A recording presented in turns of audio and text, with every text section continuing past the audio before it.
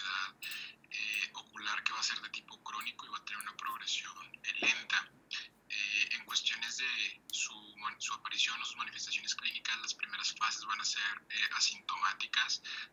Normalmente puede tener una presentación tanto bilateral o puede presentarse de manera simétrica, y se va a caracterizar porque nos va a producir alteraciones de manera irreversible al nervio óptico. De hecho, más adelante vamos a tener que este va a ser uno de sus criterios diagnósticos. Asimismo, va a producir alteraciones a nivel del campo visual, va a estar alterada la campimetría del paciente. Lo podemos dividir en dos tipos dependiendo del estado del ángulo, que va a ser el glaucoma de ángulo abierto o de ángulo cerrado, y pues en el peor de los casos o en los más severos puede llegar a causar ceguera. ¿Alguien más tiene alguna otra definición de glaucoma, aparte de lo que dijo Ángel, o algo más que quieran agregar? Paulina Flores, ¿cuál es tu definición de glaucoma?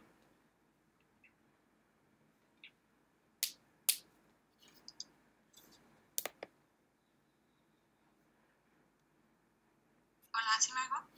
Sí. Bueno, yo tenía la definición de que es una neuropatía óptica crónica adquirida que va a estar caracterizada por depresión cóncava de lo que es el disco óptico y pérdida del campo visual. Y esta va a estar asociada a lo que es la presión intraocular elevada. Muy bien, Paulina dijo una muy buena definición, pero dijo la definición antigua. ¿Qué le cambiarían a lo que dijo Paulina, Diego? Bueno, pues yo tenía que es una neuropatía óptica progresiva y crónica en los adultos, que se caracteriza por una atrofia pues, adquirida del nervio óptico, ¿verdad? Y con pérdida de las células ganglionares, tanto de la retina como sus axones. ¿Y qué fue de lo que dijo Paulina? ¿Qué fue lo que estuvo mal? Lo de adquirido, porque puede haber glaucoma congénito. Bueno, es correcto, puede ser adquirida o congénita.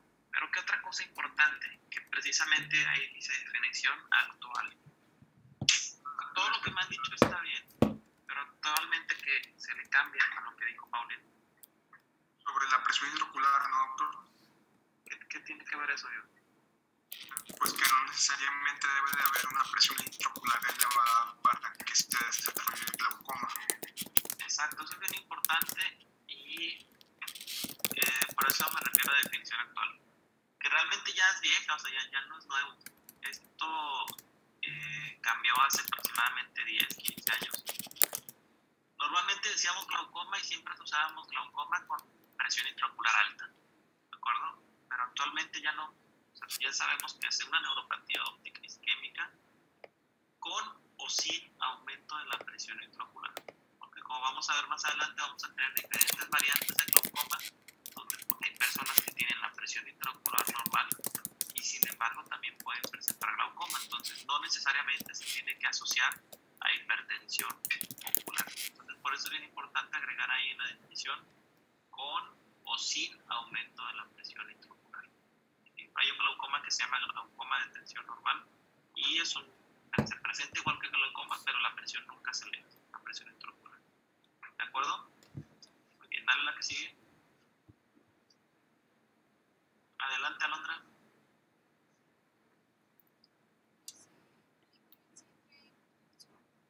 ¿Sí me escuchan? Sí. Ok. Diferencia entre hipertensión ocular y glaucoma. Pues yo encontré que la hipertensión ocular es, arriba de 21 milímetros de mercurio no necesariamente va a estar asociado a un glaucoma, como ya lo hablamos en la definición, o con una neuropatía o dolor. Que, bueno, pues la hipertensión intraocular va a ser aquella que se encuentra por encima del rango normal, que es de 11 a 21 milímetros de mercurio, pero que en la edad avanzada este valor se puede elevar hasta 24. Muy bien. ¿Alguien más? ¿Alguna otra definición o alguien lo entendió diferente? Doctor, yo ahí tenía una duda. Dime. no sé si es junto con lo que ya comentamos ahorita, pero encontré que se consideraba como una etapa temprana de glaucoma, algún tipo de etapa temprana. No sé si sea. No, es diferente. Una cosa es tener hipertensión ocular y otra cosa es tener glaucoma. A largo plazo, pues sí, si tienes una hipertensión ocular muy marcada, pues sí te puede dar glaucoma, pero estrictamente hipertensión ocular no es sinónimo de glaucoma. ¿Qué quiere decir eso? El promedio normal, como bien dijo Alondra, la presión intraocular es de 10 a 21. Entonces, ¿de dónde sacaron eso? Pues se hizo un estudio donde le tomaron la presión a mucha gente, a muchas personas, y determinaron que el promedio normal de la población era de 10 a 21. Pero eso no quiere que haya personas que tengan más de 21 y no tengan ningún dato de glaucoma o ningún dato de neuropatía, o haya personas que tengan menos de 10 y no tengan ningún problema. Es como la estatura. O sea, el promedio de estatura en el país es de 1,60. Pero pues hay personas que miden 1,90 o 2 metros y no necesariamente tienen que tener alguna patología. Se sale del promedio normal, pero no necesariamente pues tienen que tener glaucoma. A eso nos referimos con hipertensión ocular. ¿De acuerdo? Entonces hay personas que pueden tener 22, 25, pero pueden no presentar ningún dato de glaucoma. Le dices a Lisette que ya es muy tarde para que entre, por favor, Neftalí, que nos vemos el lunes. Y glaucoma sí. O sea, glaucoma es cuando ya está demostrado un daño a nivel del nervio óptico. ¿De acuerdo? Entonces, por ejemplo, hay pacientes que pueden tener la presión normal en 18, pero ya está documentado que hay un daño en el nervio óptico y ahí ya el paciente tiene glaucoma aunque no tenga hipertensión ocular. Podemos tener también hipertensiones oculares transitorias. Algún traumatismo hace que se eleve la presión de manera transitoria y no necesariamente va a desarrollar un glaucoma. O podemos tener una keratitis una keratobeitis por herpes. La keratobeitis por herpes nos va a aumentar la presión intraocular de manera transitoria y no necesariamente nos va a producir glaucoma. ¿De acuerdo? Entonces, para tener glaucoma tenemos que tener demostrado daño a nivel del nervio óptico. Mientras no esté demostrado ese daño, no puedo decir que el paciente tiene glaucoma y solamente lo vamos a dejar como hipertensión ocular. Y al revés, el hecho de tener hipertensión ocular no necesariamente indica que tenemos glaucoma. Ahorita vamos a ver más adelante estos conceptos. Muy bien, adelante. Muy bien, Alan. Sí, bueno, respecto al humor acuoso que se produce en los procesos ciliares del cuerpo ciliar. Y, pues bueno, su función es nutrir tanto al cristalino como la córnea y los tejidos avasculares de la cámara anterior. Respecto a cuánto se produce, pues bueno, yo encontré que el promedio va a estar variando dependiendo a la edad. Por ejemplo, en los jóvenes, un flujo normal podría ser de 2.9 microlitros por minuto. Y, por ejemplo, ya en pacientes de edad más avanzada, 2.2, pero pues el promedio es 2.5 microlitros. Y bueno, respecto al tiempo de producción, yo encontré que este humor acuoso, ¿cómo decir? O sea, sí tiene como un ciclo que se cambia aproximadamente cada 90 minutos. Y bueno, respecto a su dirección, fluye desde la cámara posterior a la cámara anterior a través de la pupila y después pasa a la malla trabecular en el ángulo de la cámara anterior. Muy bien, Alan. ¿Alguien más que haya tenido alguna otra cifra en cuanto a la producción y el tiempo de producción? Así como dijo Alan, todos están de acuerdo. En total se producen como 250 microlitros, ¿no? Y se recambia como en 60, 90 minutos. Bueno, como dijo Alan, varía un poquito dependiendo de la edad, pero en general cada 60, 90 minutos se recambia totalmente el humor acuoso, ¿de acuerdo? Entonces, ¿y en qué parte se produce, me dijiste, Alan? En los procesos, bueno, en el cuerpo ciliar. Los procesos ¿En qué ciliares. parte del cuerpo ciliar específicamente? En los procesos ciliares. Ok, en los procesos ciliares, en la parte explicante, ¿de acuerdo? Ahí se produce. Fue pregunta de examen de ayer. Que no sé si me hackearon o qué, pero todos sacaron 100.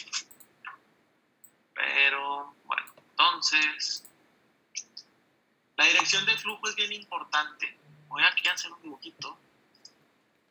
Hagan de cuenta, vamos a ver el ojo de un corte lateral. Entonces, este es el iris, lo están viendo de ladito. Aquí está el cristalino, con su zónula. Y aquí está la córnea. ¿De acuerdo? Entonces, aparte de esa disposición que ya nos dijo Alan, que se van a producir en los procesos ciliares, el humor acuoso va a pasar a través de la pupila y también va a seguir por corrientes de convección. ¿Qué quiere decir corrientes de convección? Por regiones de temperatura. El flujo del humor acuoso primero va a viajar por la parte inferior del ojito y luego va a subir y va a drenarse en la parte superior, ¿de acuerdo? Así es como va a ser el flujo del humor acuoso. Cuando se produce en los cuerpos ciliares, pasa por la pupila de inferior a superior. ¿Esto por qué es importante? Porque va a haber algunas patologías, cuando veamos la parte de uveitis, donde vamos a tener depósitos retroqueráticos, que nos habla de un proceso inflamatorio. Y muchas veces los depósitos retroqueráticos se van a encontrar de una mayor manera en la parte inferior de la córnea. ¿Por qué lo vamos a encontrar de mayor manera en la parte inferior de la córnea? Precisamente por las corrientes de convección del humor acuoso. Vamos a ver también traumatismos en el cual se suelta un poquito de pigmento del iris y ese pigmento puede ir a depositarse mayormente en la parte inferior de la córnea. ¿Por qué? Porque el pigmento empieza a flotar en el humor acuoso, en la cámara anterior, perdón, y el humor acuoso por las corrientes de convección va a hacer que se deposite en la parte inferior de la córnea. Entonces, por eso es importante saber cómo fluye el humor acuoso. Muy bien, dale la que sigue.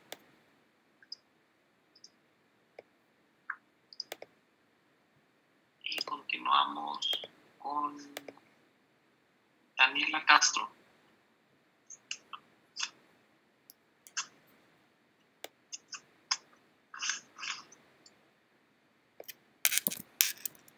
Daniela Castro, a la 1. Sí, doctor, aquí estoy. Nada más ¿Puedes que... prender tu cámara, Daniela? Sí, voy. Listo. Ay. Bueno, el drenaje... ¿Puedes prender tu cámara, Daniela, por favor? Sí, doctor. Ya está. Bueno, ahorita que te despiertes, Daniela, entras a la clase, ¿de acuerdo? Nos vemos el lunes. Adelante, Anel, por favor. Bueno, yo leí que el drenaje del humor acuoso se iba a hacer por dos vías, que la vía convencional es la que fluye hacia la cámara anterior y luego llega principalmente hacia el ángulo de la cámara anterior y luego llegaba hacia los conductos de Schnell después de ser filtrado por el trabéculo y de aquí de los conductos de Schnell ya pasaba hacia la circulación venosa epiescleral y conjuntival. Y en este caso, esta se encargaba de filtrar el 90% de todo el humor acuoso. Y la vía no convencional, esta se hacía a través de la cara anterior del cuerpo ciliar, si mal no recuerdo. Y llegaba, creo que se iba hacia el espacio subaracnoideo y de ahí terminaba en los canales esclerales y este se encargaba de drenar el 10% restante.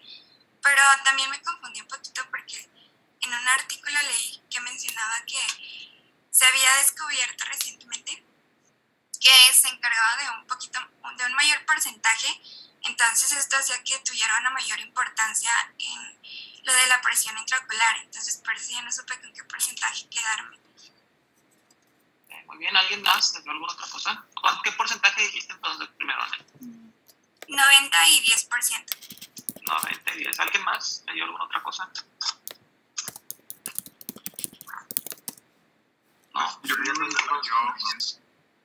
A ver, no sé. otras formas como de drenaje, además de estas dos, o sea, de la vía convencional y no convencional, pero pues también se encargaban de muy poco porcentaje, que tenían aproximadamente un 1%, pero también había leído que la vía no convencional en algunos, creo que en pacientes jóvenes se podía estar encargada del drenaje del 35%, entonces ya no supe bien.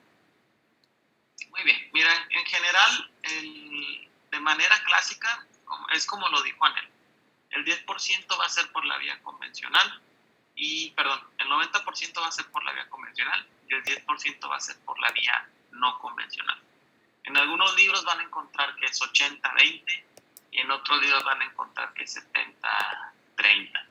Pero en promedio, con que se queden 90-10 es correcto.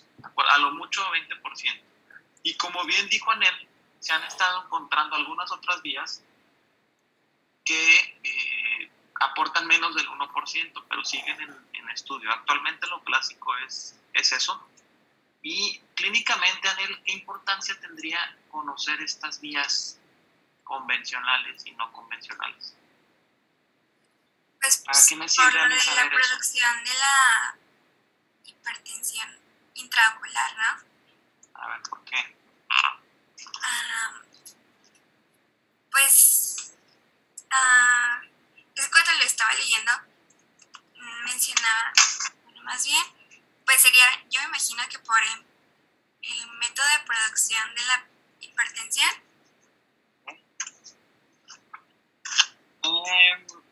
Pues no tanto, pero bueno, puede ser eso. Algunas patologías van a bloquearnos la vía convencional, otras patologías van a bloquearnos la vía no convencional y nos pueden aumentar la presión intraocular.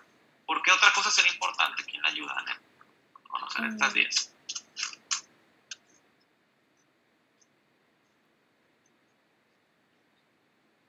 Adelante, Emilio, porque otras cosas serían importantes.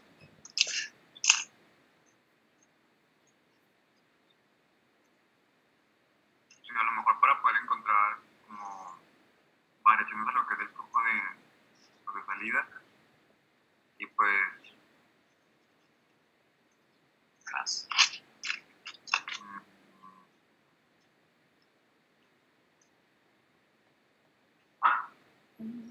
¿qué más se les ocurre? Pues tienen diferente sensibilidad a la presión intraocular. La vía convencional va a ser mucho más sensible que la no convencional a las variaciones de presión intraocular. Ese es uno importante. Y lo más importante terapéuticamente es que vamos a tener ciertos medicamentos que van a actuar en la vía convencional y vamos a tener otros medicamentos que van a actuar en la vía no convencional. El ejemplo clásico son los análogos de prostaglandinas. Los análogos de prostaglandinas van a actuar en la vía no convencional. ¿Y esto por qué es importante? Bueno, lo mismo, porque vamos a tener glaucomas que va a estar afectada a la vía convencional. Entonces no me sirve a mí darle hipotensores que actúen sobre la vía convencional, ¿no? Porque por más que yo le dé hipotensores por esa vía, pues esa vía no está funcionando. ¿Qué es lo que tengo que hacer? Dar hipotensores que actúen o aumenten la vía uveoescleral. Por eso es importante saber estas vías y saber qué medicamentos actúan en qué parte, para saber cuáles voy a indicar en qué casos de glaucoma y cuáles voy a indicar en otros casos. ¿De acuerdo? Muy bien, adelante. Aquí sigue. Daniel González. Sí, bueno. Sí me escucho bien, ¿verdad? Sí, Ana. Bueno, como así en general el trabéculo, pues lo que yo entendí es que funciona como un filtro y está situado pues en el ángulo iridio-corneal, pues por donde pasa alrededor del 90% del humor acuoso, que es donde abandona lo de precisamente el ojo. Las porciones de la malla trabecular, pues yo encontré que eran eran tres. La primera es la red uveal o porción interna, también la encontré. Pues son hebras cubiertas de células endoteliales en forma de cordones que se extienden desde la raíz del iris hasta la línea de Schwalbe. Y bueno, otra porción es la red corneoescleral, es la porción media. Está formado por láminas que estas pues se distribuyen en forma circular y son hebras de tejido conectivo, ¿sí? Otra porción es la red juxtacanalicular o la cribiforme, que también es la misma. Y es proximal al canal de Schlemm. ¿Cómo? ¿Cómo que es la misma? Sí, o sea, la red juxtacanalicular es también conocida como la cribiforme. Ok. Sí. Como les mencionaba, se encuentra cerca o próxima al canal de Schlemm y se enlaza a la trama corneoescleral precisamente con el endotelio en la pared interna del canal de Schlemm.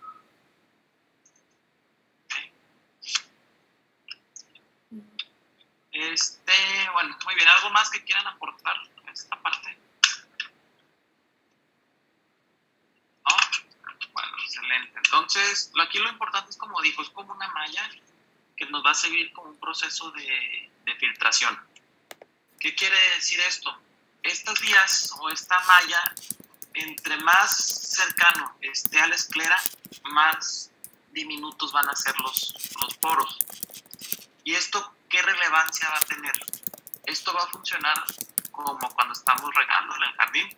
Si yo tengo una manguera y la luz de la manguera está muy grande, pues la presión con la que sale el agua va a ser menor. Si yo le ocluyo la luz de la manguera con mi dedo, pues la presión del agua va a aumentar.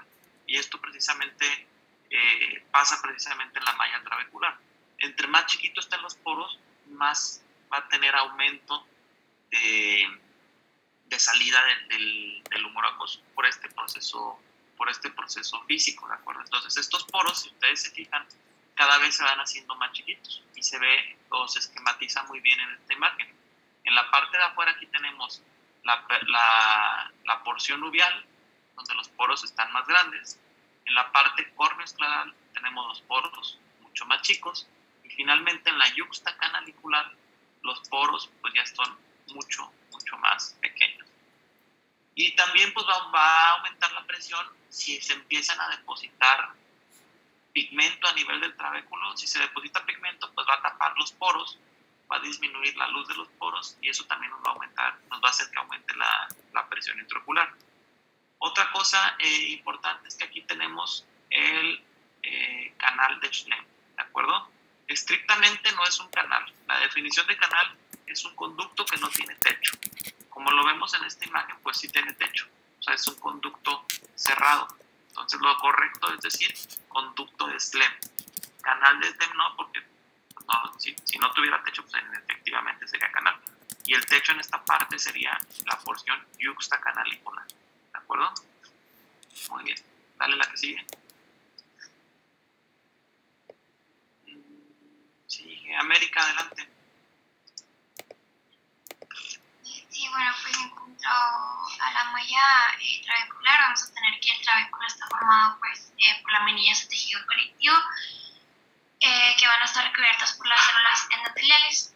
Y bueno, pues esta va a formar pues como una red tridimensional.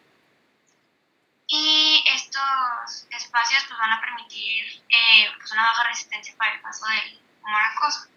En cuanto a los gránulos de pigmento, pues nada más encontré que son los encargados de la coloración. Y las aberturas trabeculares pues, van a ser los orificios que van a formar esta red y van a ser por donde se filtra pues, el humor acuoso. Muy bien, pues acá dale lo mismo que ya habíamos comentado. Dale la que sigue.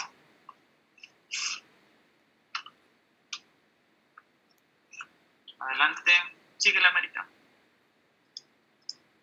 Sí, bueno, el patrón laminar, pues bueno, sí, también se encuentra formado por láminas que están recubiertas por células endoteliales, que supongo que eso se refiere con el patrón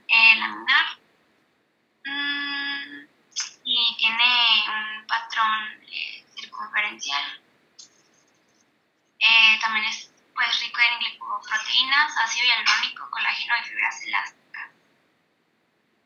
Y pues ya es lo que tengo de esta porción. Muy bien, dale la que sigue. Adelante, América, ya para que termines.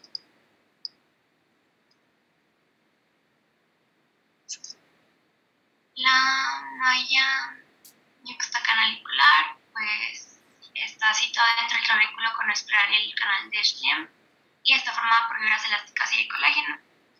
Y bueno, pues esto tiene una estructura que hace que la resistencia al paso del flujo sea máxima en esta capa, que es lo que comentábamos. Y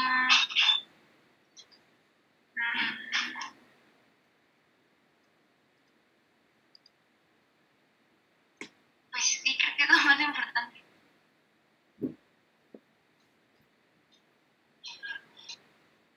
Ok, muy bien, adelante.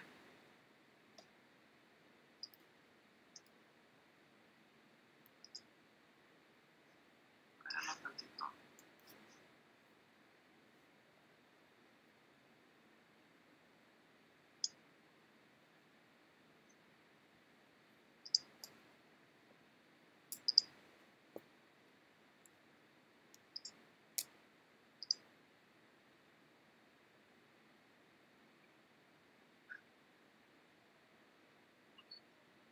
Ok. Bien, entonces vamos con Julio. Adelante, Julio. Bueno, pues esta es la clasificación del ángulo camerular. Es una clasificación que se divide en 5 secciones, pasando desde el grado 0 hasta el grado 4. Es utilizada de forma casi universal y lo que hace es que registra el ángulo en grados de arco, delimitados por la superficie interior de la malla trabecular y la superficie anterior del iris, alrededor de un tercio de la distancia desde su periferia. El grado 4 va desde los 35 a los 45 grados. Es el ángulo más amplio y es característico de la miopía. El grado 3 es de 25 a 35 grados. Es también un ángulo abierto en el que el espolón escleral puede ser identificado y no se puede cerrar. El grado 2 únicamente abarca los 20 grados. Es un ángulo moderadamente estrecho en el que solo el trabéculo puede ser identificado y el cierre del ángulo es posible, pero es poco probable que se pueda cerrar. El grado 1 son 10 grados. Es un ángulo también muy estrecho en el que solo se puede identificar la línea de Schwabel y probablemente quizá el extremo del trabéculo. El cierre del ángulo pues no es inevitable, pero el riesgo es alto. Antes de llegar al grado 0 tenemos que definir qué es un ángulo hendido, que pues es aquel en el que no hay contacto irido-corneal, pero no se pueden identificar estructuras de mayor riesgo en el ángulo, ya que pues va a tener un cierre inminente. Y el grado 0, ya por último, pues es un ángulo cerrado debido a este contacto irido-corneal que les mencionaba anteriormente, y se reconoce por la incapacidad para identificar el vértice de la uña corneal. ¿Y cómo se llama esta clasificación que me dijiste? ¿Qué nombre tiene? La clasificación ángulo camerular, o bueno, que viene inducida por Schaffer, el sistema de graduación. Sistema de graduación de Schaffer, exacto. Muy bien. Entonces, Julio, dime cuáles son las estructuras que se tienen que ver en el sistema de clasificación de Schaffer, así, conciso. Las 4 estructuras del ángulo que tenemos que ver. Pues el espolón escleral, el trabéculo, la línea de Schwabel, y... Ahí me falta uno. Falta uno, dijiste 3. Línea de Schall, trabéculo, espolón escleral y El cuerpo ciliar. la banda ciliar, exacto. Entonces es bien importante, son las 4 estructuras que tenemos que buscar en el ángulo camerular. ¿Y a eso a qué se refiere? Pues es como ya lo explicó bien Julio. ¿Para qué nos sirve clasificarlo de esta manera, Julio? ¿Cómo? Perdón, se le cortó un poco. ¿Para qué nos sirve esta clasificación? ¿A mí de qué me sirve clasificarlo así, en grado 4 o en grado 0? ¿De qué nos sirve clínicamente? Pues para tener la identificación de las estructuras y el riesgo del ángulo camerular, como si se va a encontrar cerrado o no, la posibilidad de que este se cierre o no. Exacto, para saber qué tipo de glaucoma estamos tratando, ¿de acuerdo? O sea, no es lo mismo tratar un glaucoma de ángulo abierto, donde se ven todas las estructuras y tenemos un Schaffer 4, a tratar un glaucoma de ángulo cerrado, donde tenemos un Schaffer 0, que no vemos ninguna estructura porque el tratamiento va a ser diferente, como lo vamos a ver más adelante. Entonces, uno nos sirve para clasificación del tipo de glaucoma que estamos tratando. 2, nos sirve también como riesgo de que se pueda cerrar. O sea, si yo tengo un Schaffer 1, aunque no esté cerrado totalmente, entonces ese paciente está en riesgo de que en un futuro se pueda cerrar el ángulo y pues tengo que dar tratamiento profiláctico para evitar que no se vaya a cerrar. Entonces, por eso es bien importante a todos los pacientes revisarles bien el ángulo iridocorneal o el ángulo camerular. ¿Cómo lo voy a revisar, Julio? ¿Qué necesito? O sea, para yo ver estas imágenes que tú me estás diciendo, ¿qué necesito para revisarlo?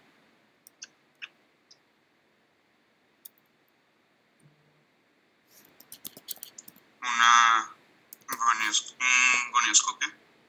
Un gonioscopo, que es un lente especial que tiene unos espejos, se pega directamente en el ojo y con ese espejo, por su angulación, voy a estar viendo indirectamente el ángulo camerular. Y bueno, así ya lo explicó muy bien Julio. Entonces, aquí es un esquema muy ilustrativo precisamente del ángulo camerular.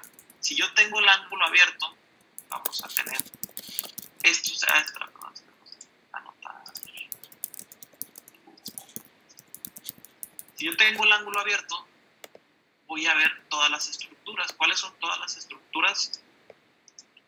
La línea de Schall, que va a ser la parte más inferior, la malla trabecular, el espolón escleral y la banda ciliar.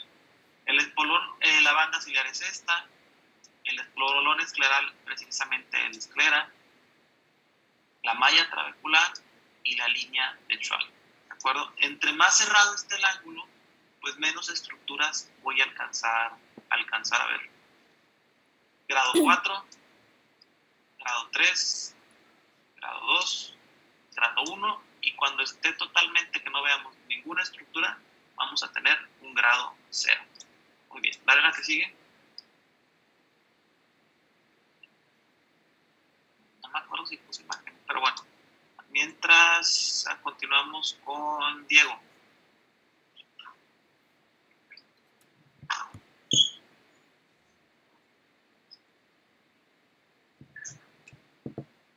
No podía abrir mi micrófono. Bueno, tengo entendido que los conductos colectores son, donde se recoge todo el humor acuoso, ¿verdad? Pues estos conductos colectores se encargan de rodear como tal al ángulo iridocorneal como una forma de aro. Y tienen pues una serie de aberturas que pues son los encargados de drenarlo, ¿verdad? Y lo transportan finalmente, tengo entendido que a las venas epiesclerales, y pues con esto se consigue eliminar pues, el que llegue a la circulación sistémica, porque también he entendido que el humor acuoso es como un ultrafiltrado del plasma, ¿verdad? Y había leído que son de unos 24 hasta 30, 35 más o menos cada ojo. Exacto, bien, entre 35 a 40. Es el promedio, puede variar, no es exacto. Y van a drenar a las venas epiculares. ¿Esto por qué es importante? Porque vamos a tener una circulación o vamos a tener patologías también que nos pueden aumentar la presión intraocular de manera retrógrada. Si estamos diciendo que van a drenar a las venas epiculares, entonces si yo tengo una patología que me aumente la presión venosa, de manera retrógrada también me puede aumentar la presión intraocular. El ejemplo clásico son las fístulas carótidas cavernosas. Va a haber una fístula entre la carótida y el seno cavernoso y eso va a hacer que aumente la presión venosa. Y al aumentar la presión venosa aumenta a nivel sistémico y también obviamente aumenta a nivel de las venas epiculares. Y de manera retrógrada nos va a dar un glaucoma secundario a una fístula carótida cavernosa. Estos pacientes es un signo que los oftalmólogos no usamos el estetoscopio. La única indicación para usar el estetoscopio es precisamente para detectar fístulas carótidas cavernosas. Ponemos el estetoscopio en el globo ocular y vamos a encontrar un latido. ¿De acuerdo? Si yo me pongo en pacientes que tienen fístulas carótidas cavernosas y este latido está precisamente dado por el flujo retrógrado. Este es un signo patognomónico. Si yo encuentro un latido en el globo ocular, tengo que pensar en fístula carótida cavernosa hasta no demostrar lo contrario. Y el tratamiento en este tipo de glaucomas pues es tratar la fístula carótida cavernosa porque por más medicamentos que yo dé pues va a seguir hipertenso hasta que no resuelva la enfermedad de base. Entonces por eso es importante saber estos mecanismos de los conductos colectores y hacia dónde deben.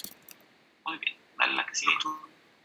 Dime. Me quedó una duda, pero creo que de la diapositiva anterior o la anterior, no recuerdo, pero usted mencionó que, por ejemplo, hay casos en los que el ángulo camerular está un poquito más relativamente cero, o sea, no es clasificación 0, y mencionó que se tratan profilácticamente. ¿Cómo se trata profilácticamente estos pacientes? Normalmente cuando tenemos riesgo de cierres angulares o ángulos muy estrechos, se les hace una iridotomía, que lo vamos a ver más adelante. Pero se les hace una ventanita al iris para que pase por ahí el humor acuoso y con esa ventana en algunas ocasiones se abre el ángulo, ¿de acuerdo? Porque estamos teniendo un cierre por aposición. Aquí en esta imagen se ve, por ejemplo, aquí yo tengo un grado 1. ¿Qué quiere decir? Que el iris está muy pegado al ángulo.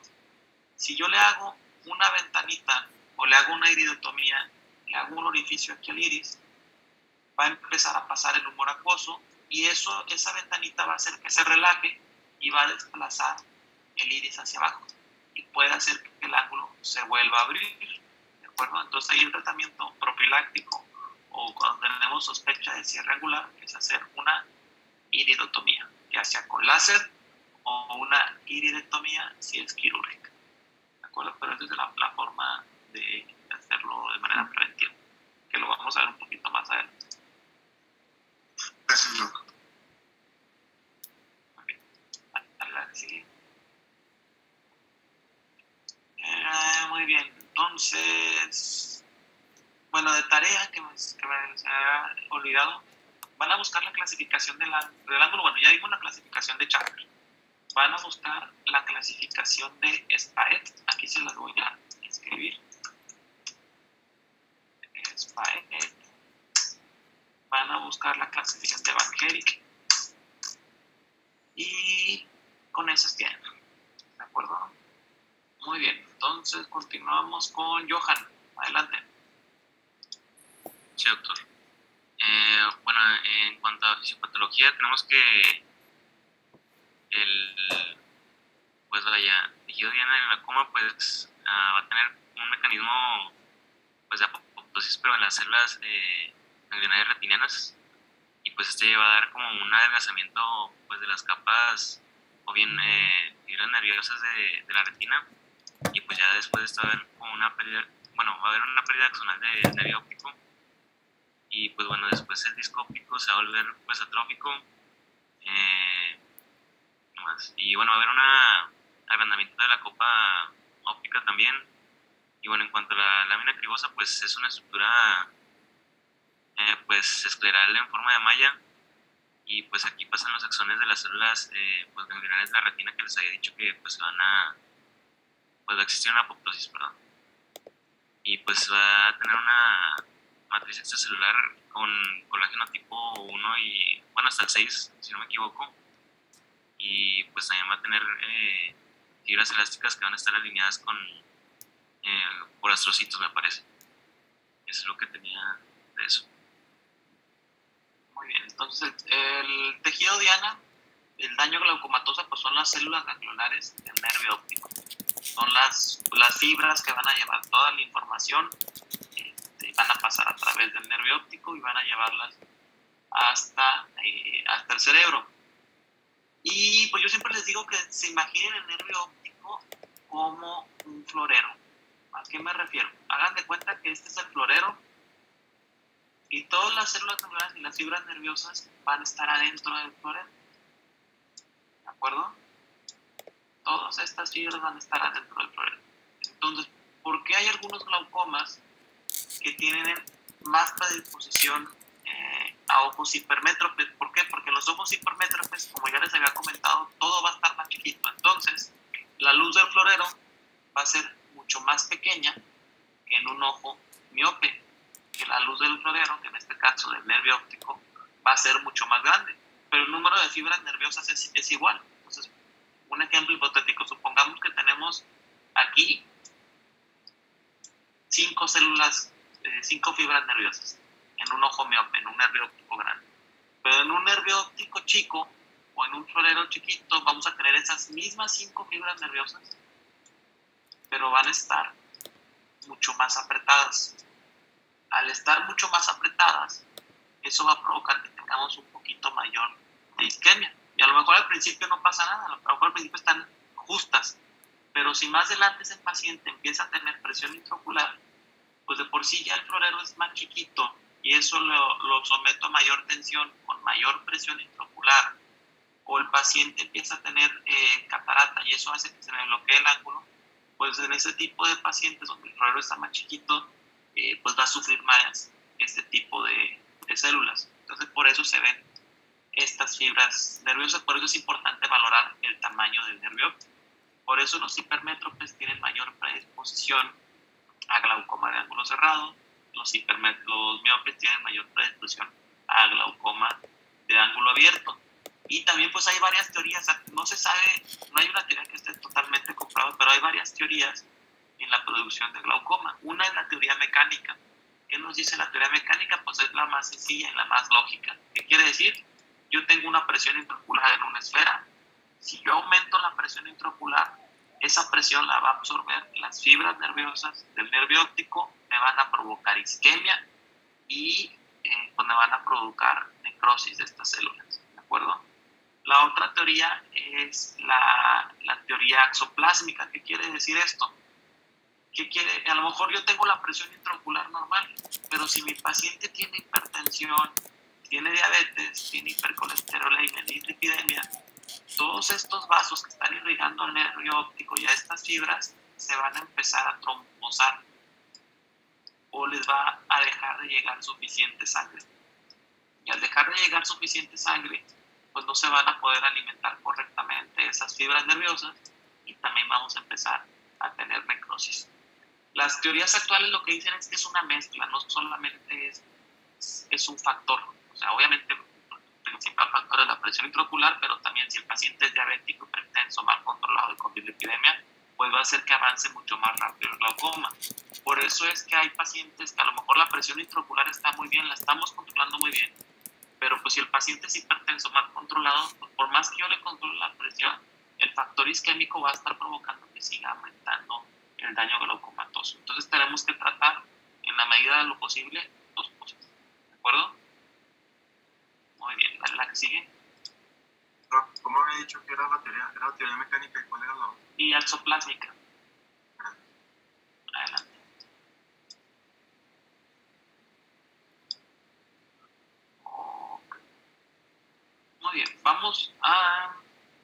descansar 10 minutos, son las 9:55, nos vemos aquí a las 10:05 y ahorita continuamos, ¿va?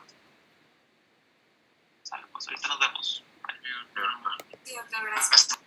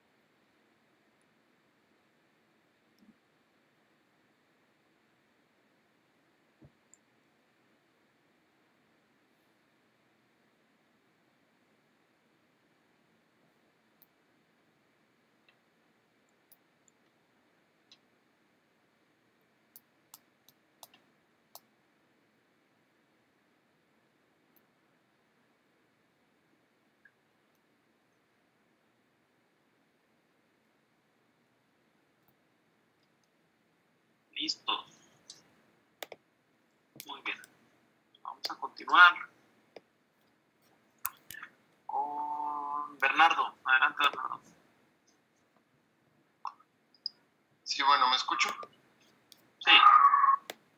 Bueno, como bien mencionaba mi compañero hace unos momentos, la fisiopatología del glaucoma se basa mucho en diferentes tipos de lesiones. En cuestión de los factores que pueden dar o que están relacionados a la propia fisiopatología, bueno, lo primero que me gustaría explicar es el mecánico, si me permite, doctor, para ahorita extenderme o hablar un poco más del factor pues vascular. En general, bueno, ya lo mencionábamos, existe un abombamiento probable hacia la porción posterior de la lámina cribosa que en teoría terminaría con un estrangulamiento de las fibras, ¿no? Podríamos decir, esta como deflexión mecánica que terminaría impidiendo el paso libre o el movimiento de estos axones, ¿sí? Y en cuestión a la vascular, nosotros tenemos un factor isquémico o compresivo dentro de esta porción en la cabeza del nervio óptico, que termina dando como consecuencia apoptosis por medio de, bueno, leí algo de lo que representa la teoría axoplásmica. Lo que había leído en general es que todos estos cambios terminan por interrumpir el flujo libre propio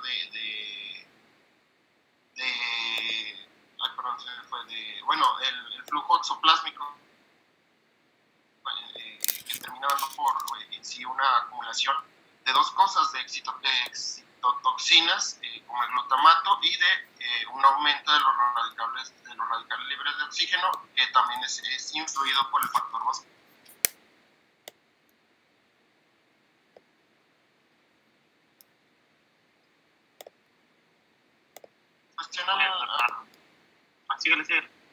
En cuestión al factor vascular, nosotros tenemos que hablar ahora sí sobre lo que es la presión de percusión del nervio óptico.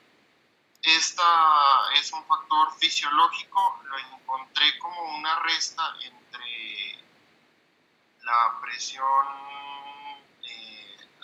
arterial sistémica en general, menos la presión intraocular. Bueno, entonces tomando pues valores normales, aproximadamente 79-80 la presión arterial sistémica media, y restando aproximadamente lo que respondería cada paciente de presión intraocular.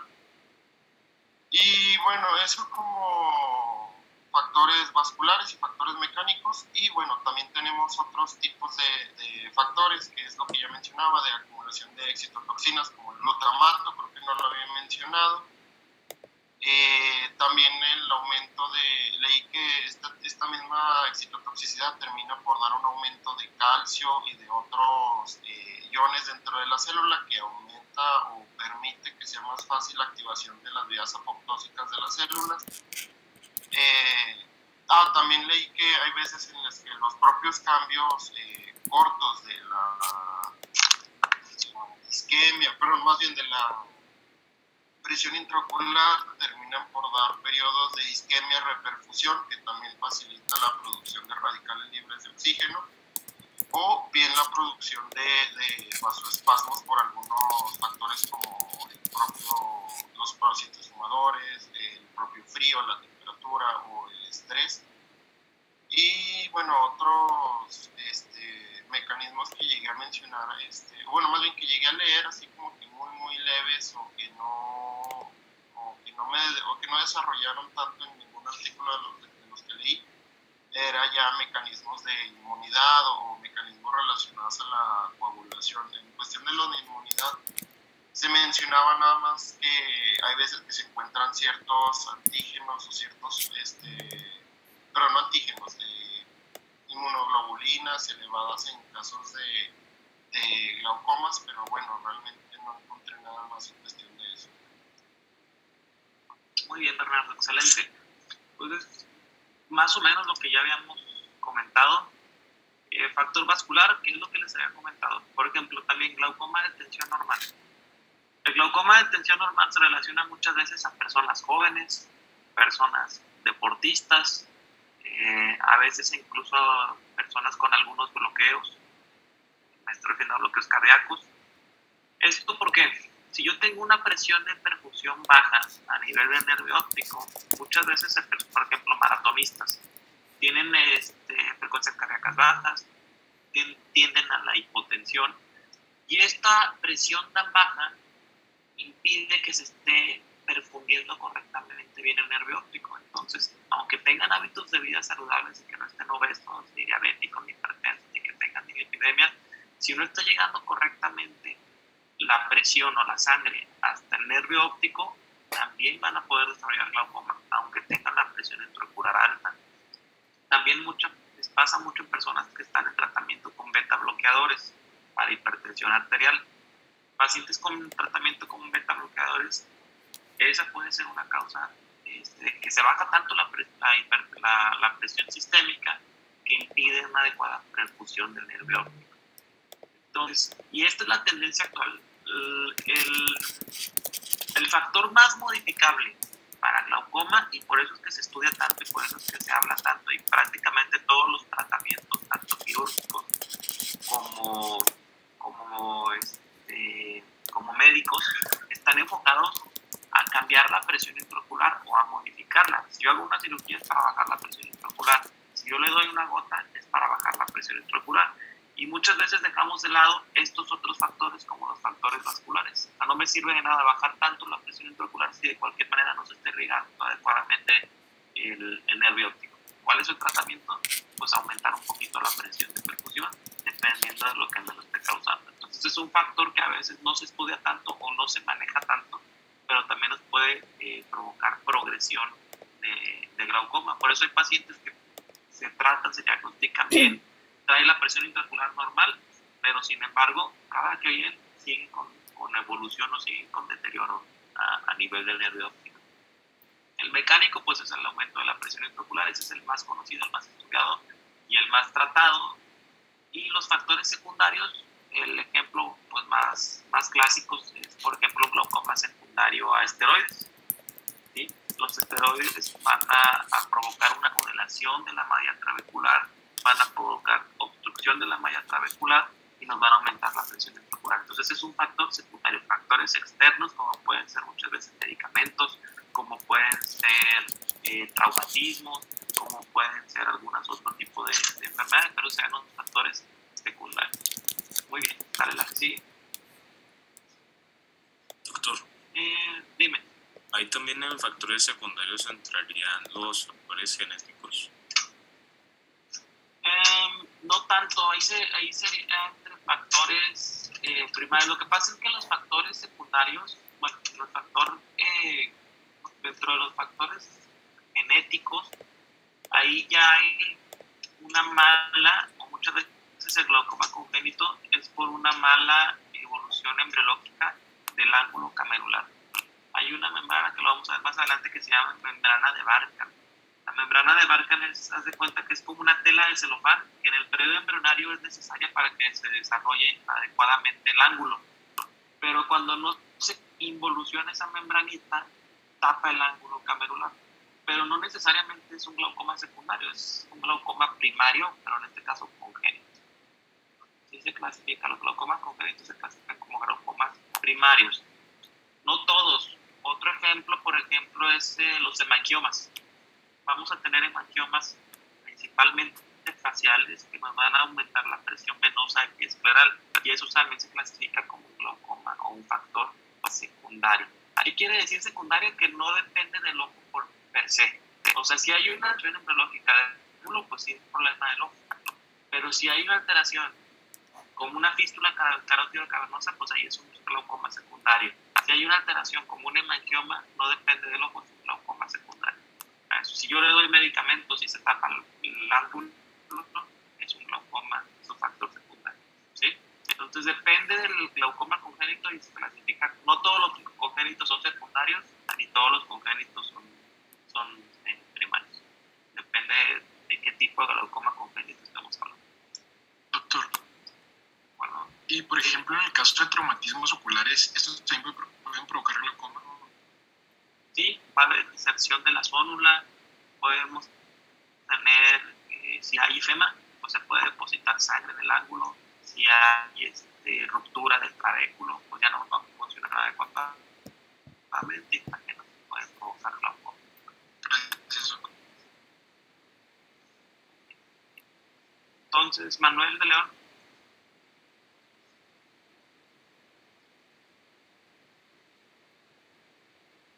Sí, aquí estoy.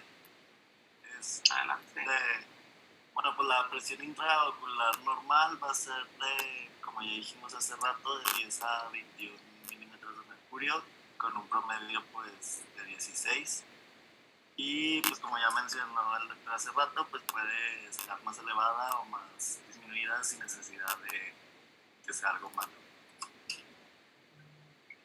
Ahí está muy fácil. La que sigue. Otra vez, Manuel. Adelante. Bueno, pues en factores que influyen en la presión intraocular, pues esta puede variar tanto en el día como en la noche. Puede haber variaciones normales en el día de entre 3 a 6 milímetros de mercurio y pues también, como ya se mencionó, puede estar afectado por el ejercicio. También instrumentos musicales de viento se han relacionado con lo que es el aumento de la presión intraocular. También el consumo de alcohol y marihuana, y también el alcohol y marihuana tendrían como una disminución transitoria, mientras que la cafeína lo aumentaría. Y creo que el glicerol por vía oral se relaciona con una disminución muy rápida de lo que es la presión intraocular. Muy bien. Entonces vamos a tener factores que van a hacer variaciones a largo plazo y a corto plazo. Ejemplo de variaciones a largo plazo, la formación de catarata. Entre más grande esté la catarata, esa catarata va a empujar el iris hacia adelante un poquito, micras. Y esas micras van a hacer que se pueda hacer un poco más chico el ángulo. Si es un paciente miope, pues no pasa nada, pero si ya de por sí tenemos un paciente hipermétrope donde todas las estructuras están pequeñas y desarrolla catarata, y eso hace que se empuje el iris, pues ese ángulo que ya estaba pequeño lo vamos a hacer más pequeño y a largo plazo puede aumentar la presión intraocular. Lo que les han comentado del proceso de pseudoexfoliación del cristalino, el cristalino pues va a estar desechando ciertas sustancias de exfoliación, y ese material se puede depositar en el trabéculo. A largo plazo ese material pues nos va a hacer que aumente la presión intraocular. También se puede liberar cierto pigmento de manera fisiológica, eso nos va a hacer que a largo plazo aumente la presión intraocular. También con la edad el trabéculo va degenerando y ese proceso de filtración pues va disminuyendo o va bajando su calidad, y eso también puede hacer que aumente a largo plazo la presión intraocular. Variaciones breves, como bien lo dijo Manuel, el más común es el ciclo circadiano. En horarios mucho más tempranos tiende a ser más baja la presión intraocular que en la tarde o en la noche. Entonces, por eso es importante que siempre que tomamos la presión intraocular en el expediente, poner a qué hora se tomó la presión intraocular, porque a veces puede pasar eso, cada que viene el paciente siempre viene a las 10 de la mañana a la consulta y le tomo la presión y está muy bien, pero pues sigue aumentando el daño. Entonces tenemos que buscar a ver si en algún momento del día no está aumentando la presión intraocular. Además, de hecho hay una prueba que se llama curva horaria de presión intraocular, en el cual se tiene que internar al paciente y cada hora se está tomando la presión intraocular para ver si en algún momento del día no está fluctuando o tenemos fluctuaciones muy altas que nos estén provocando un glaucomatoso. El hecho también de que el paciente esté acostado o esté sentado también nos puede cambiar la presión intraocular. Las maniobras de Valsalva nos pueden aumentar la presión intraocular.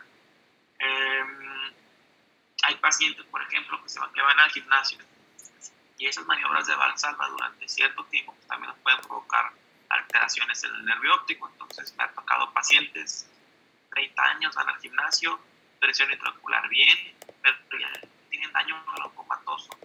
Y el problema era pues la maniobra de Valsalva que estaban haciendo en el gimnasio. Entonces, por eso es bien importante pues estudiar bien este tipo de pacientes y una adecuada historia clínica.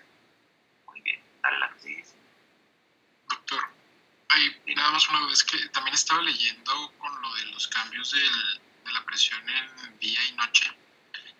¿Qué tanto se relaciona, o es que me quedó duda, la parte metabólica y la parte de la posición de la cabeza? Es que en el artículo que leí relacionaban más el aumento de presión nocturno debido a la posición de la cabeza y recomendaban que entre 30 y 40 grados, si se colocaba la cabeza entre 30 y 40 grados, podía disminuirse un poco más la presión durante la noche.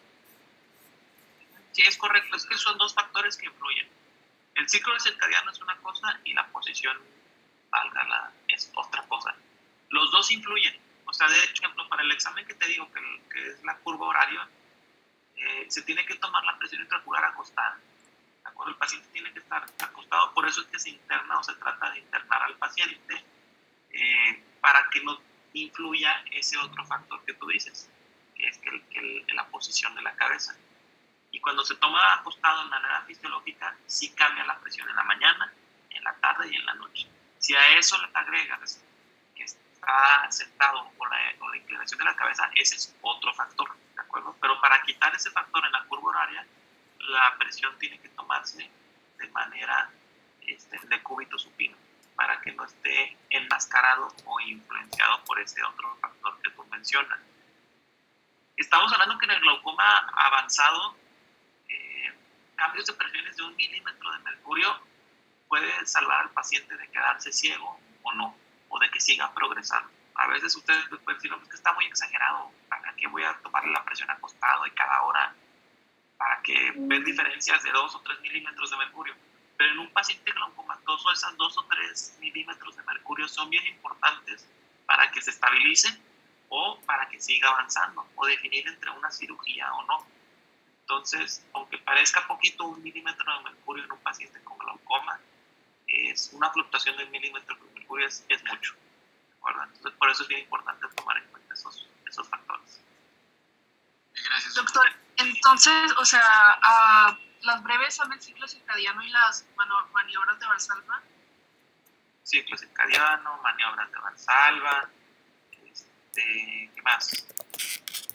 También con el ciclo menstrual en las mujeres se puede relacionar. La posición de la cabeza, como ya también. En general, estas son las breves, pero es correcto, Pablo. ¿De acuerdo? Muy bien. Entonces, adelante, Paula.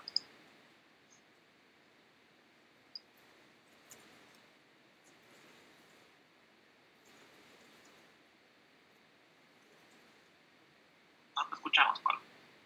Prende tu micrófono. Ok. Entonces, doctor, no le entendí bien a esta, pero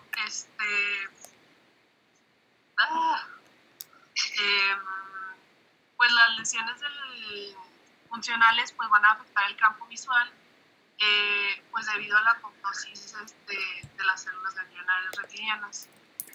Entonces, eso es lo que y pues las alteraciones de la presión intraocular pues van más con el ángulo del glaucoma cerrado y pues ya alcanzando unas presiones más altas como 60 a 80 creo.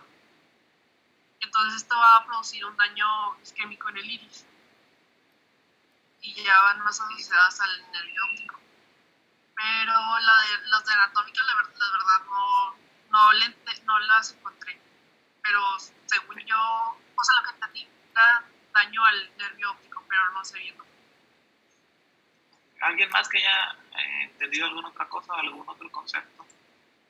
Pues no es lo mismo que la fisiopatología, doctor.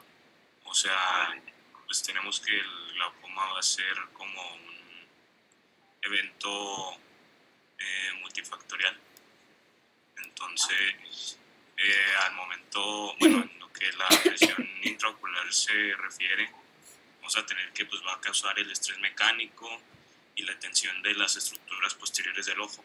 Entonces, bueno, lo de la lámina cribosa y los tejidos adyacentes, y entonces se va a crear una compresión y una deformación de la lámina cribosa. Eso no sería lo de la lesión anatómica. Ahorita les explico bien. Bueno, ahí no sé si tenga que ver también con la definición vieja de glaucoma, que pues para poder diagnosticar o considerar como tal un glaucoma debemos de tener tres cosas, que serían la lesión anatómica a nivel del nervio óptico, de la cabeza del nervio óptico, y esto nos va a llevar a una alteración funcional a nivel de la campiometría, va a haber una disminución del campo visual, y pues anteriormente se debía tener para el diagnóstico una alteración de la presión intraocular, pero pues en la actualidad ya no es necesaria, simplemente tener las dos anteriores. ¿A qué me refiero con este? En general todo es bien, pero bueno, ¿a qué me refiero con este concepto? Y esto es bien importante que lo entiendan, porque si entienden este concepto van a poder hacer diagnósticos diferenciales de glaucoma. Entonces, para yo decir que un paciente tiene glaucoma, por eso les hice ese esquema, ese diagrama de Venn, en que en la parte del centro está el glaucoma. ¿Qué quiere decir? Que para yo decir que un paciente tiene glaucoma tiene que tener una lesión funcional, una lesión anatómica y una alteración de la piel. Son tres factores que tenemos que estar vigilando, ¿de acuerdo? Para decir que el paciente tiene glaucoma tiene que tener mínimo 2 de esos 3 factores. ¿A qué me refiero? Yo puedo tener una lesión funcional, pero si no tengo lesión anatómica y mi presión intraocular está bien, ese paciente no tiene glaucoma. O puedo tener una lesión anatómica, pero si no tengo lesión funcional y no tengo alteración de la presión intraocular, ese paciente no tiene glaucoma. Y finalmente, si yo tengo presión intraocular alta, pero no tengo ni lesión anatómica ni tengo lesión funcional, ese paciente no tiene glaucoma. Para decir que tiene glaucoma, tiene que tener 2 de 3. ¿Y a qué se refiere cada una? Lesión funcional de nervio óptico. ¿Cómo voy a valorar la lesión funcional de nervio óptico? Pues a través de un campo visual. ¿Cómo valoro yo que está funcionando adecuadamente? Pues le hago un campo visual. Si yo tengo disminución del campo visual periférico, pues quiere decir que sí hay una lesión funcional. Si el campo visual está normal, pues no hay lesión funcional. Entonces, para valorar la lesión funcional del nervio óptico, tengo que hacer una campiometría. Para yo ver la lesión anatómica, ¿qué quiere decir la lesión anatómica?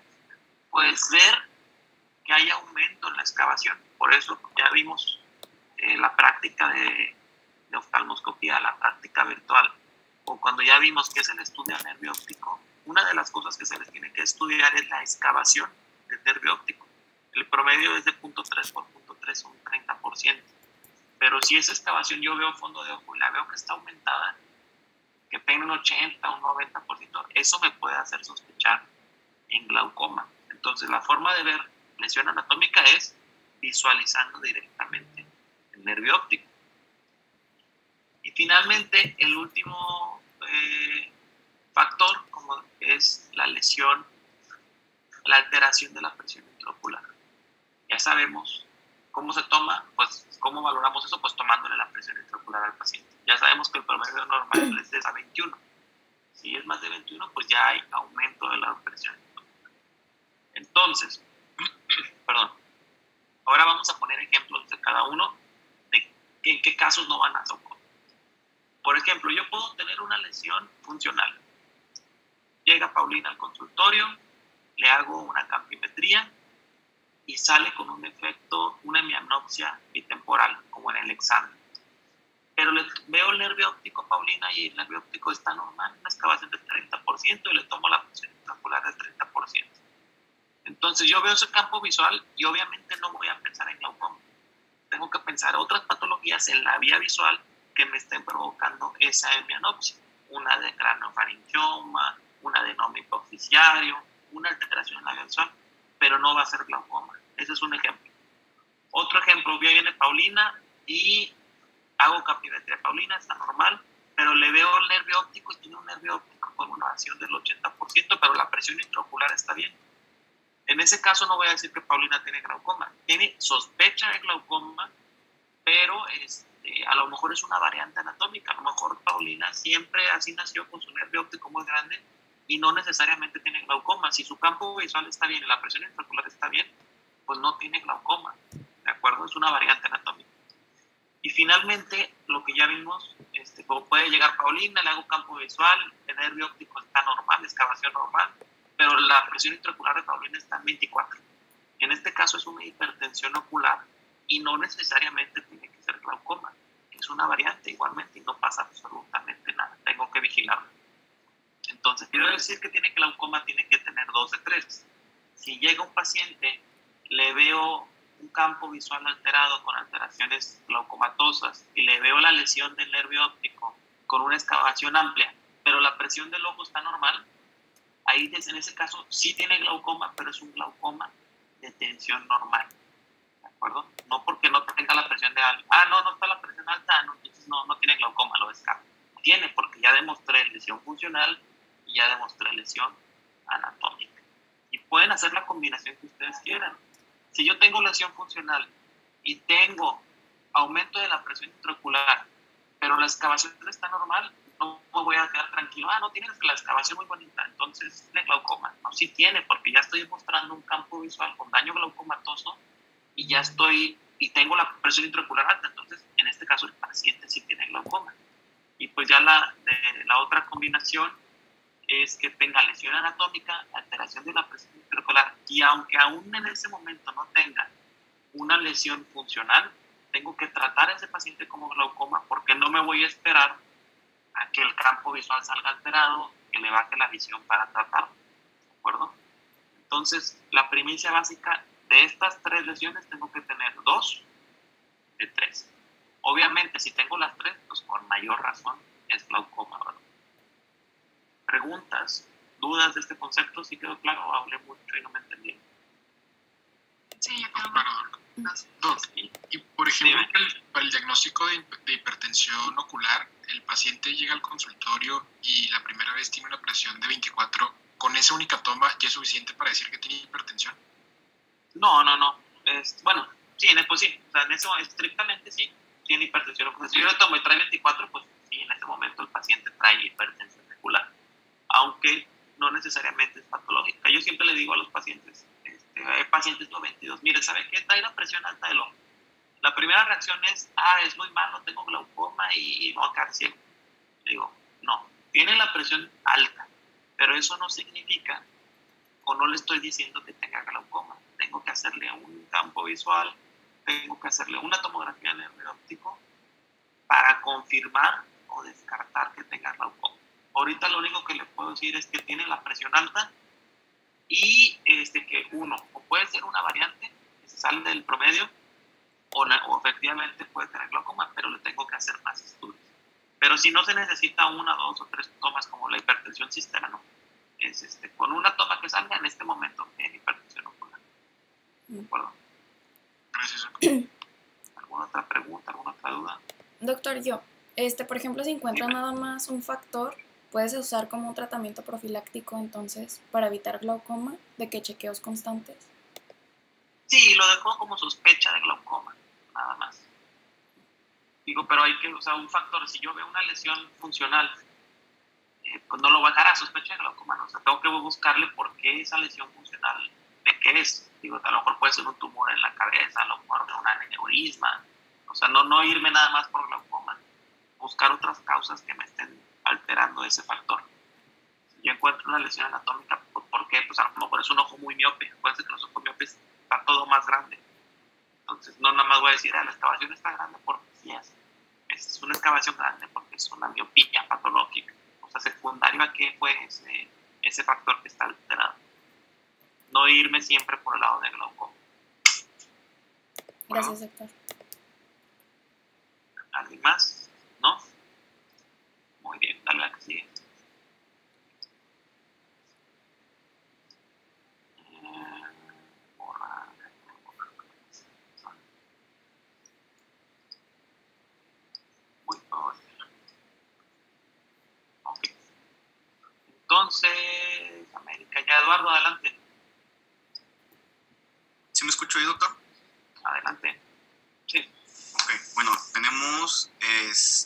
medición de la presión intraocular, esta se va a hacer mediante diferentes métodos, diferentes tonometrías, que es básicamente el estudio para medir esta presión intraocular. Tenemos primero lo que es la tanometría de indentación. Este se va a hacer mediante un tanómetro de Schott, creo que se pronuncia así. Es como un compás. Lo que va a hacer es que va a estar unido a un peso que se conoce este peso, y lo que se va a hacer en este método es que se va a identar con lo que es la córnea, y este procedimiento nos va a arrojar lo que es la medición de lo que es la presión intraocular mediante lo que es una graduación proporcionada por lo que es una aguja. No es muy preciso, entonces pues como tal ya casi no se utiliza, creo que es el método más antiguo. Tenemos también lo que es la tanometría por aplanación. Este método pues básicamente como tal es el que más se utiliza, pues más que nada porque está unido, acoplado a lo que es la lámpara de hendidura. En pues se va a medir lo que es la fuerza necesaria para aplanar un área delimitada de la córnea, que esto pues básicamente nos va a hacer referencia a lo que es la presión intraocular la presión intraocular. Y pues como tal pues se utiliza más porque pues básicamente no va a condicionar tanto riesgo como lo que es la tanometría de indentación, donde pues pueden correrse más riesgos de erosionar lo que es la córnea.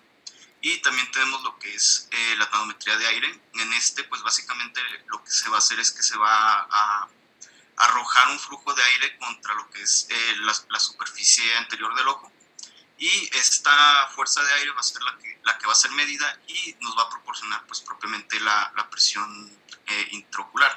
Se utiliza más que nada en pacientes o en personas que tienen pues daños corneales, o en los que se quiere evitar precisamente esto.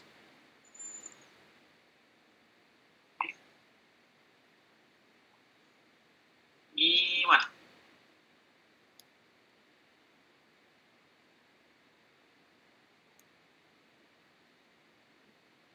exacto. Perdón, ok. Entonces, bueno, para medir la presión intraocular hay varias formas. Muy bien, lo explicó Eduardo. Ahí lo que no estoy de acuerdo, todas las formas son válidas y cada forma tiene su indicación. No es que una ya no se use. Dependiendo de las condiciones clínicas del paciente, de lo que nosotros estemos buscando, va a ser la mejor toma de presión intraocular. Aunque sí, el gol estándar y la forma de tomarla, o la que nos va a dar la presión intraocular más exacta, es la tonometría de Goldman, que es la tonometría por indentación, que es precisamente la que está ahí en el dibujo. Esa es la más exacta y es el gol estándar. Pero no necesariamente es la que siempre se va a usar. Como bien dijo Eduardo, tenemos la tonometría de indentación, que es la tonometría de Schott, que fue de las más antiguas.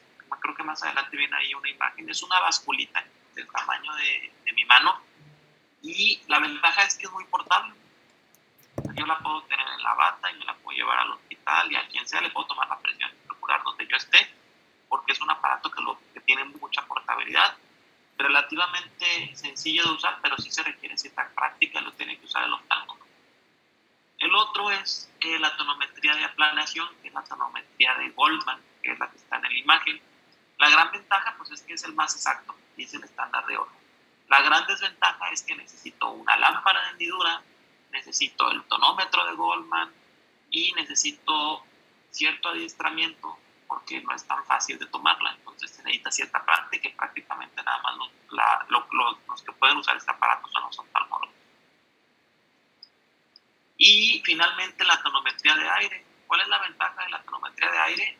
De que uno no se necesita anestesia. O sea, es una máquina que avienta airecito y automáticamente va a medir, nos va a dar en la computadora, nos va a decir cuál es la presión intraocular que tiene el paciente. La gran desventaja pues es que es un aparato que es relativamente caro y que no es tan exacta como las dos anteriores, pero nos sirve mucho para temas de screening, que a lo mejor lo puedo poner a la facultad y enseño a Paulina, aunque no sea oftalmóloga, mira, pícale este botón y vas a tomarle la presión a todos los de la facultad. Y vamos a poder detectar quién tiene la presión intraocular alta y hacer un screening de quién puede tener glaucoma en pacientes asintomáticos. Entonces, cada uno tiene sus indicaciones. Todas se usan dependiendo de qué es lo que queramos encontrar. Si yo tengo un paciente hospitalizado que tuvo un traumatismo y a lo mejor trae una fístula carótida cavernosa y le quiero tomar la presión y está en coma, pues ni modo que yo lo lleve a la lámpara de hendidura, pues no se va a poder. En ese caso tengo que tener un tonómetro de Shots para llevarlo a la cama del paciente. ¿De acuerdo? Entonces, cada uno tiene sus indicaciones y aunque sí el gol estándar es el tonómetro de Goldman. ¿De acuerdo? Doctor, muy bien. Dime. Entonces, como tal, el que da una medición más precisa es el de Goldman. El de Goldman, el que está en la imagen. Ese es el más exacto, el que se usa en protocolos y todo. Y el que se debe de usar en pacientes con glaucomas ya diagnosticados. Porque, como les dije anteriormente, variaciones de 1 milímetro, a lo mejor me la puede dar entre aparato y aparatos. Pero para yo saber exactamente cuál es la que tiene, pues lo ideal es usar una tonometría de Goldman. Muchas veces el paciente a veces se apantalla con el tonómetro de aire, porque es como una computadorcita, le pican y suena y te imprime la presión intraocular. Y dice, no, qué moderno aparato. Pues sí, a lo mejor se ve mucho más moderno, mucho más apantallador que un tonómetro de Goldman, pero es mucho más exacto, aunque sea relativamente mecánico el tonómetro de Goldman. ¿De acuerdo? Ok, gracias, doctor. Muy bien, adelante. Y vamos con Paulina Rivera. ¿Ya hablaste o no? ¿No has contestado? No, todavía no, doctor. Adelante, Paulina. Sí, bueno, pues vamos a definir lo que es el principio de Invert-Fick, que dice más que nada que la presión dentro de lo que es el globo va a equivaler a la fuerza necesaria para poder aplanar lo que es la superficie. Pues la superficie nos referimos más que nada a lo que es dividida por lo que es el área de aplanamiento. Y pues más que nada, pues es lo que ya usted dijo, que el estándar de oro va a ser lo que es el tonómetro de Goldman. Y pues ya, a grandes rasgos. Muy bien, Paulina, concisa, muy bien. El tonómetro de Goldman, que es el más exacto, que es el estándar de oro, está hecho a base de un principio físico que es el principio de Invert-Fick. El principio de Invert-Fick, como ya nos dice Paola, se sacó o está basado a través de una esfera perfecta o un círculo perfecto. El ojo no es una esfera perfecta, por eso se le tienen que hacer ciertas adecuaciones y ciertas constantes al tonómetro y a la fórmula para poderlo adaptar al ojo. Pero el principio básico es el Invert-Fick. O sea, para yo saber la presión que tiene esa esfera perfecta, cierto diámetro de esa esfera tengo que hacer cierta presión y me va a equivaler a la presión que tiene toda la esfera, que es como funciona el tonómetro de Goldman en base a este principio, para que lo conozcan. Muy bien, ¿vale la que sigue? Vamos con Katia.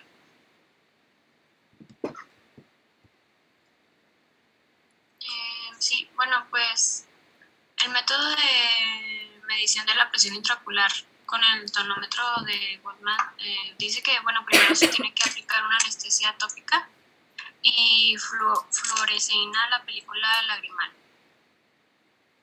Después se va a iluminar la cabeza del tonómetro con una luz obtenida de filtro cobalto, o sea azul, y pues el tonómetro debe estar graduado inicialmente en 10 milímetros de mercurio.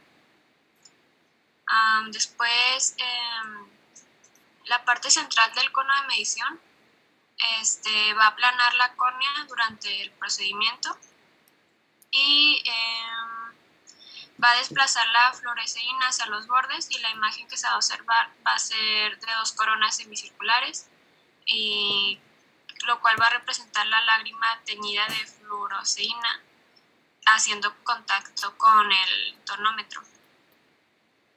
Y bueno, pues el tonómetro va a hacer la función de medir la fuerza necesaria para aplanar el área bueno, es un área de 3 milímetros aproximadamente en el diámetro de la córnea.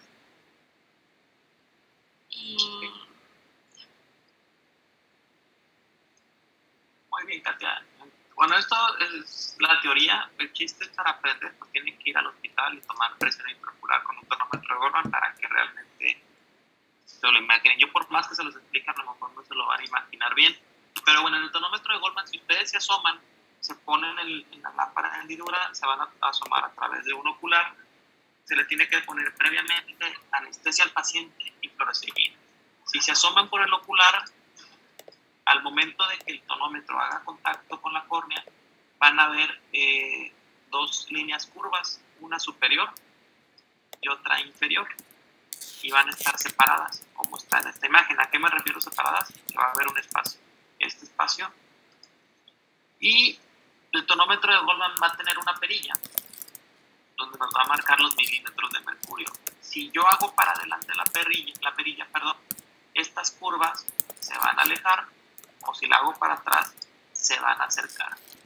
Y para saber qué presión intraocular tiene exactamente el paciente, estas curvas tienen que tener contacto, tienen que verse precisamente así. En el momento en que yo le dé vuelta y vea que la curva superior e inferior quedan como una forma de S horizontalizada, exactamente ahí es donde me tengo que dejar de medir, y lo que me marque el tonómetro, esa va a ser la presión intraocular que tiene el paciente, ¿de acuerdo? Esa es la forma de cómo se hace la tonometría de Goldman, pero pues necesariamente tienen que hacerlo en práctica para que la entiendan un poquito más. Pero eso es lo que van a ver ustedes en el tonómetro de Goldman. Dale, la que sigue. Y Alan Young. Adelante, Alan.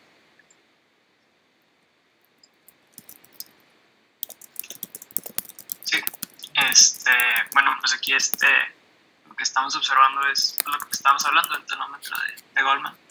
Y bueno, aquí la diferencia es que pues está montado sobre la lámpara de hendidura. Y bueno, no sé qué más escribir. Okay, no, está bien. Así es como se debe de hacer, es lo que les comentaba. El tonómetro está montado en la lámpara de hendidura. Aquí está el espectador. Aquí van a estar ustedes contentos. Van a estar viendo a través del ocular y precisamente van a ver las imágenes que nosotros vimos. Aquí lo que está haciendo mal el médico es que está tocando la región orbitaria y la presión la región orbitaria con sus dedos, y esto nos puede dar falsos aumentos de la presión intraocular, porque esa presión se puede transmitir al ojito y eso nos puede dar falsas presiones. Entonces, lo correcto es que solito el paciente coopere y abra los ojos sin necesidad de estarle tocando la región orbitaria de esta manera, porque nos puede dar falsos aumentos de la presión. Dale, la que sigue. Y en cuanto a los tipos de tonometría, que es lo que ya les había comentado, este es el tonómetro de Schultz. El paciente tiene que estar acostado, se hace el paciente de cúbito supino, se le pone anestesia, y este tonómetro tiene unas pesas muy pequeñitas que se colocan aquí, y aquí arriba la aguja nos va a marcar la presión intraocular que tiene al paciente. El tonómetro de Goldman que ya vimos, y estos son los tonómetros relativamente nuevos que se llaman Tonopen. Son del tamaño de una pluma. Se le pone anestesia al paciente y electrónicamente este dispositivo ya nos da la presión intraocular, y este es el aparato que les comento, que es el tonómetro de aire. ¿Sabe la que sigue? Finalmente, todos estos aparatos que les estoy comentando, pues ustedes no van a tener acceso. O sea, un médico general ni va a tener un tonómetro de Schultz, ni va a saber usar un tonómetro de Goldman, ni va a tener un tonómetro de aire. Entonces, una forma burda y a grandes rasgos de saber si la presión intraocular está alta, ya se los había dicho en historia clínica, es de esta manera, es hacer la presión bidigital comparativa. Se toca con los dedos índices, se cierra un ojito y se apachurra uno y se apachurra el otro. Cuando hay diferencias muy grandes, de que yo tengo una presión en 50 y una presión en 10, pues va a ser muy evidente, porque el ojo con 50 se va a sentir como una piedra, duro, y el ojo con 10 pues se va a sentir muy blandito. Entonces, de esa manera, yo puedo inferir que ese paciente tiene hipertensión ocular y que lo tengo que mandar a glaucoma, porque es al oftalmólogo, porque es urgencia. Cuando la diferencia es muy poquita, a lo mejor que yo tenga 22 y 18, pues ahí no me voy a dar cuenta, ¿verdad? Necesito estos aparatos. Pero cuando hay crisis glaucomatosas con presiones exageradamente altas, sí va a ser muy evidente, porque le voy a tocar el ojo hipertenso al paciente y va a estar muy, muy duro. Entonces, esta es una forma que ustedes pueden descartar o no cuando hay crisis glaucomatosas. Obviamente no es exacta, pero es una forma de ayudarnos. Y esta forma es presión bidigital comparativa. Dale la que sigue. Esto es lo que les comentaba del daño anatómico. ¿Cómo vamos a ver el daño anatómico? Pues con el fondo de ojo. Este es un fondo de ojo normal, donde la excavación está de 0.3 por 0.3 y aquí la excavación está mucho más grande. Aparte de eso, pues vamos a tener también otras lesiones que vamos a poder ver en el nervio óptico que nos pueden hablar de glaucoma. Por ejemplo, si se fijan aquí, estos puntitos grises son los poros de la lámina cribosa. Ya va a estar tan aumentada la excavación que se van a poder ver los poros, y ya cuando veo los poros de la lámina cribosa, ese es otro dato de glaucoma. La deflexión al momento de que salen los vasos del nervio óptico, por ejemplo aquí, salen con una curva normal, pero ya cuando hay una excavación muy amplia, podemos tener vasos en bayoneta, se llaman, y hacen esta deflexión, hasta parece que se parte el vasito, ¿de acuerdo? Eso también, la emergencia nasalizada de los vasos, eso también me puede hablar de nervio óptico.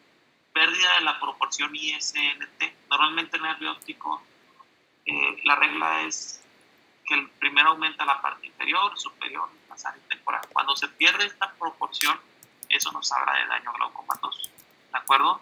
Otro dato puede ser hemorragias peripapilares, eso también nos puede hablar de daño glaucomatoso. En conclusión, no solamente es ver que la excavación esté grande o chiquita, hay muchos otros datos que tenemos que revisar en el nervio óptico que nos pueden hacer pensar en glaucoma o no. Dale la que sigue.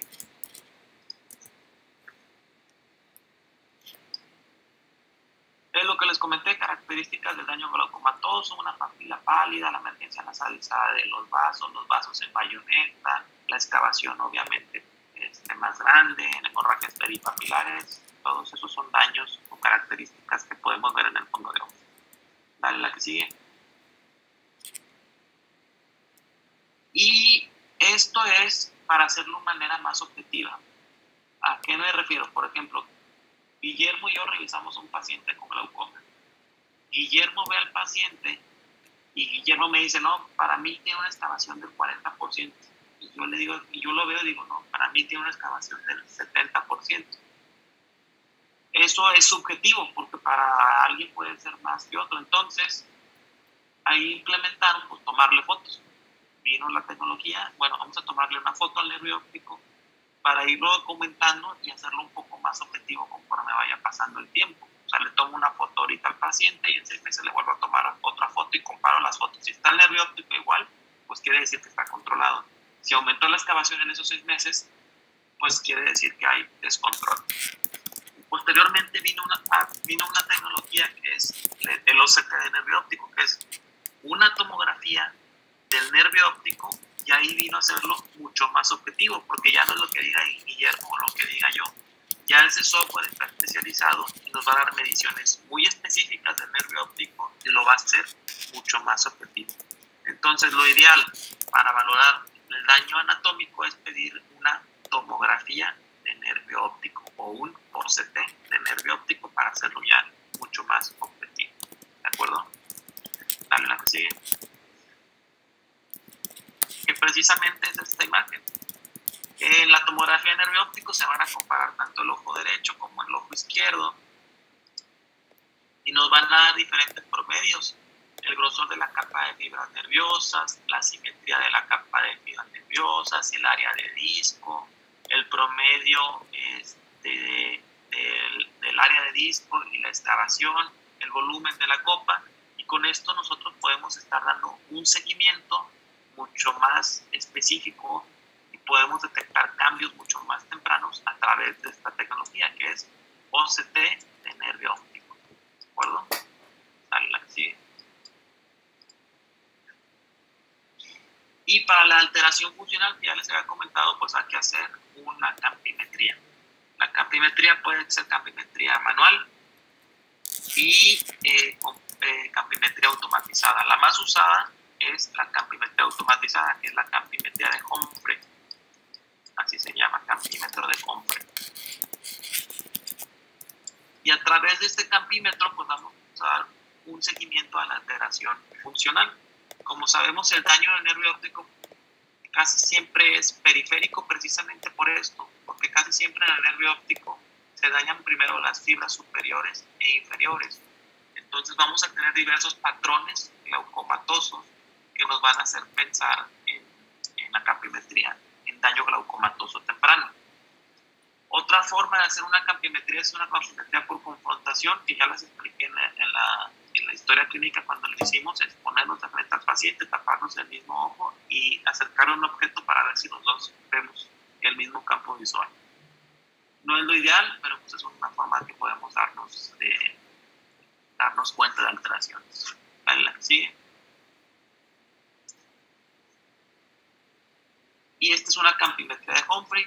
Esta va a estar medida en decibeles. Aquí está pues, relativamente sencillo. Entre más oscuro esté en la escala de grises, son zonas negras. Las zonas negras son zonas ciegas, y entre más blancas, pues son zonas de mejor agudeza visual o de mejor percepción de luz. Aquí, por ejemplo, tenemos esta zona de aquí, que es el nervio óptico. Esto es normal y va a corresponder precisamente a esta zona de aquí, donde vamos a tener 3 decibeles, o decibeles muy bajos, precisamente porque es la zona del nervio óptico. El área macular pues va a ser el área donde más decibeles tenemos que tener, que va a corresponder con esta área, ¿de acuerdo? Y pues esto nos va a poder dar un ejemplo del daño campimétrico. ¿Vale? La que sigue. El daño funcional, perdón. Ya son todos. Listo, pues terminamos con glaucoma. ¿Preguntas, dudas? ¿No? Ahorita en lo de los criterios de daño anatómico dijo pérdida de la relación S, ¿qué más, Doc? ISNT. ISNT. Inferior, superior, nasal y temporal. Doctor, duda de esa relación. ¿A qué hace referencia el ISNT? ISNT, ¿a qué hace referencia? Cuando yo tengo un aumento de la excavación, primero vertical, mayor que horizontal, eso es sospecha de daño glaucomatoso. Si yo veo la excavación y el diámetro horizontal está más grande que el vertical, no es tan compatible con glaucoma. Pero el daño glaucomatoso siempre va a tener esa relación. Primero va a afectar la parte inferior del nervio óptico, luego la superior, después la nasal y temporal. Entonces, siempre que yo veo un nervio óptico y la excavación vertical esté más grande que la horizontal, eso me hace sospechar de glaucoma. Eso se le llama relación ISNT por sus siglas. Relación inferior, superior, nasal y temporal. ¿De acuerdo? ¿Alguien más? ¿Alguna otra pregunta? No. Bueno, entonces nos vemos el lunes. Me mandas todos los que faltaron, por favor, Nestalí. Sí, y le dices a Daniela que va a tener un punto menos en la calificación final directamente en la parte de participación, por favor. Sí. Sí, doctor. Y nos vemos el lunes. Gracias. Gracias, doctor. Nos vemos. Verga.